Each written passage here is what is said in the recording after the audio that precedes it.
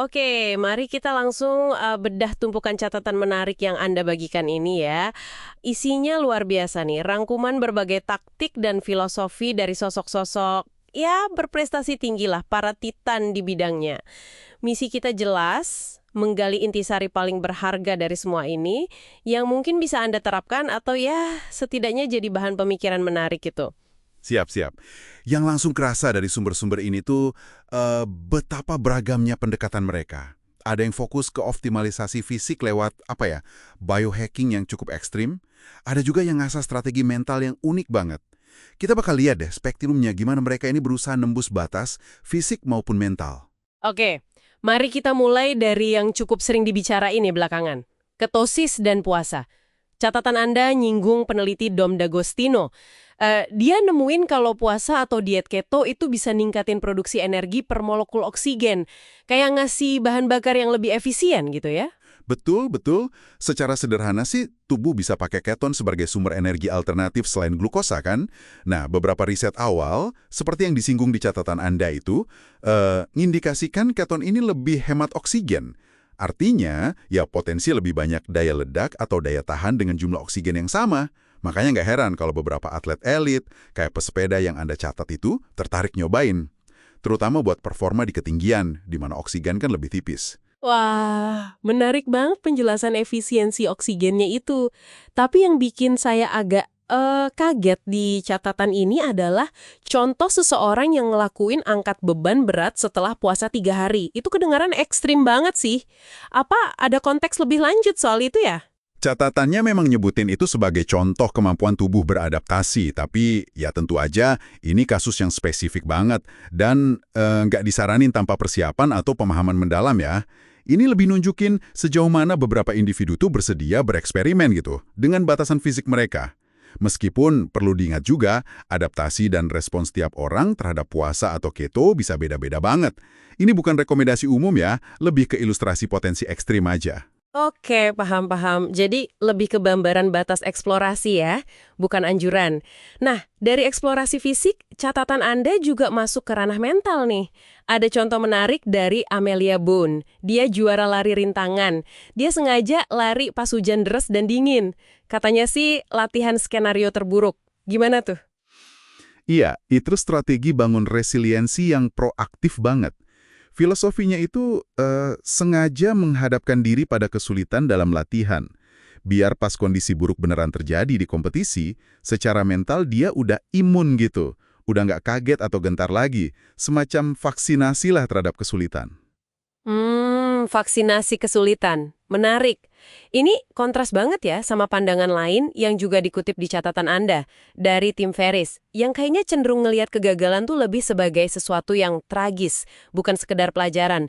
Gimana kita memahamin dua pandangan yang kayaknya berlawanan ini? Nah ini nunjukin dua pendekatan yang beda banget dalam ngadepin tantangan kan. Si Bon ini seolah ngundang badai dalam skala kecil buat ngelatih diri. Fokusnya ke respons pas kesulitan datang. Sementara pendekatan Ferriss, ya seperti yang tersirat di catatan Anda, mungkin lebih condong ke arah pencegahan kegagalan. Atau ya manajemen resiko yang cermat banget, biar badai itu sebisa mungkin nggak terjadi. Buat Anda nih, ini bisa jadi bahan refleksi, mana yang lebih kena? Melatih diri di tengah badai kecil, atau fokus ngerancang biar badai besar nggak nerpa? Dua-duanya ada nilainya sih. Refleksi yang menarik iya juga, tapi ternyata eksplorasinya nggak berhenti di fisik dan mental aja ya. Catatan Anda juga nyebutin pendekatan yang jujur aja nih, sangat nggak konvensional, penggunaan zat psikedelik. Nama-nama kayak Dan Engel, Martin Polanco disebut pakai psilocybin, ayahuasca, bahkan ibogaine. Tujuannya juga macam-macam, mulai dari mecahin masalah sulit, ningkatin kreativitas, sampai ngatasin kecanduan berat kayak heroin. Wah, Nah, ini topik yang kompleks dan sensitif ya. Sumber Anda memang nyatet penggunaan zat-zat ini oleh beberapa individu buat tujuan transformatif atau peningkatan performa. Beberapa riset awal, meski masih terbatas dan kontroversial, emang mengeksplorasi potensinya buat ngeriset jalur saraf tertentu atau ngasih perspektif baru yang drastis gitu terhadap masalah yang dihadapi. Tapi penting banget buat digarisbawahi, apa yang juga ditekankan di catatan Anda, zat-zat ini punya risiko signifikan. status hukumnya terbatas di banyak tempat, dan penggunaannya, terutama buat tujuan terapeutik, itu harus selalu dalam pengawasan ahli yang ketat banget. Ini bukan sesuatu buat dicoba sembarangan, jelas, bukan? Tentu, tentu. Penekanan pada risiko dan pengawasan ahli itu krusial banget. Catatan Anda juga nyebutin alternatif yang legal dan lebih gampang diakses ya buat capai relaksasi mendalam atau mungkin keadaan introspektif gitu, yaitu flotation tank atau terapi apung. Benar banget. Terapi apung ini nawarin cara buat ngurangin stimulus eksternal secara drastis. Jadi ngebiarin pikiran rileks dan masuk ke kondisi yang beda, tanpa ngelibatin substansi psikoaktif. Ini bisa dilihat sebagai bagian dari spektrum eksplorasi kondisi mental dan relaksasi yang lebih aman dan legal, gitu. Oke, jadi setelah ngelihat semua ini ya, dari ngubah cara tubuh pakai energi, ngelatih mental di kondisi ekstrim, sampai eksplorasi kesadaran pakai alat bantu yang nggak biasa, apa nih benang merahnya buat Anda? Jelas banget ya, nggak ada satu resep tunggal buat jadi hebat. Tepat sekali. Benang merahnya itu adalah keberanian bereksperimen dan keragaman strategi. Para titan ini kayaknya nggak terpaku pada satu dogma atau aturan baku. Mereka nyoba hal baru, ngamatin hasilnya dengan cermat banget. Kayak catatan obsesif Ferris yang dia sebut resep hidup pribadinya itu. Dan berani ngambil jalur yang mungkin dianggap aneh sama orang lain.